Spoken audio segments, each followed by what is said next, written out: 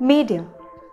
In our society, most people spend their leisure time watching movies and TV shows. And surprisingly unsurprised fact is that many are drawn towards crime thrillers and drama than any other genre. All thanks to our media and star icons.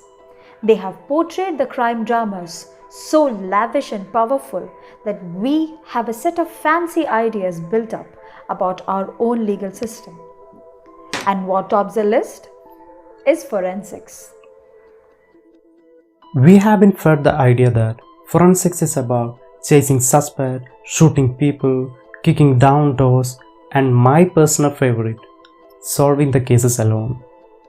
To put it in simple words, all the movies you have mostly watched is what forensic science is not about.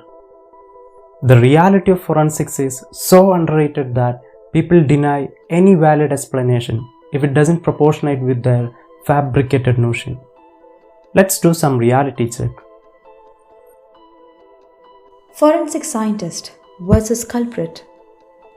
A fictitious concoction about forensic science is a relation of the forensic expert and the culprit. Every motion picture surrounding forensics depict the forensic scientist to be the one to apprehend the culprit after a cat and mouse chase. Whereas in real life, the forensic scientist and the culprit is never even in a same room, except if the police calls for the forensic scientist to collect the samples or to conduct the polygraph analysis of the arrested individual. The role of forensic scientist is confined to the crime scene, laboratory, and court alone. They do not interfere with further crime investigation. The silent witness. Silent witness is a term commonly used to refer to the evidences found at the scene of occurrence. It's a common credence that every scene of crime consists of fingerprints, which is not true. And no, DNA analysis is not a piece of cake. First and foremost, obtaining DNA evidence and fingerprint from the scene of crime mostly is like finding the needle in a haystack, especially in this century where the offenders are self-sufficiently motivated forensic experts themselves. Let's admit, the new gen offenders are aware of everything and they very well make sure not to leave anything behind. Forensic scientist and forensic surgeon. A major misconception among everyone is that the forensic scientist is the one who does the autopsy, which is fallacious. The right to dissect the corpse is always vested upon the forensic surgeon, who is a well-trained doctor.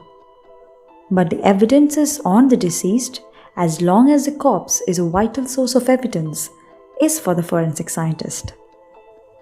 The battleground.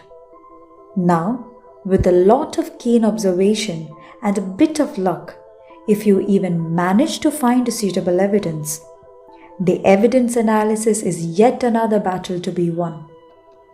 And this goes for all the evidences, be it biological, physical, toxicological, etc.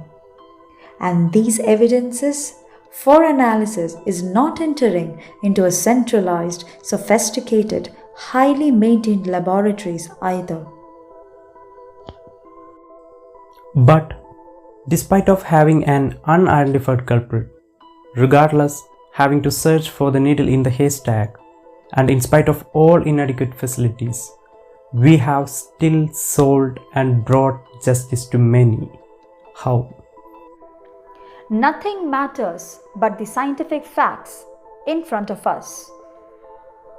Without this science, crime scene investigation is nothing but a guessing trade. And that's the science we bring to you.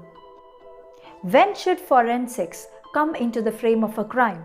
What goes into solving a crime through forensics? Why, more than ever, we need forensics right now. How forensics should speak to court? And grey matter is the platform which questions and answers the what, why, when, and how of forensics.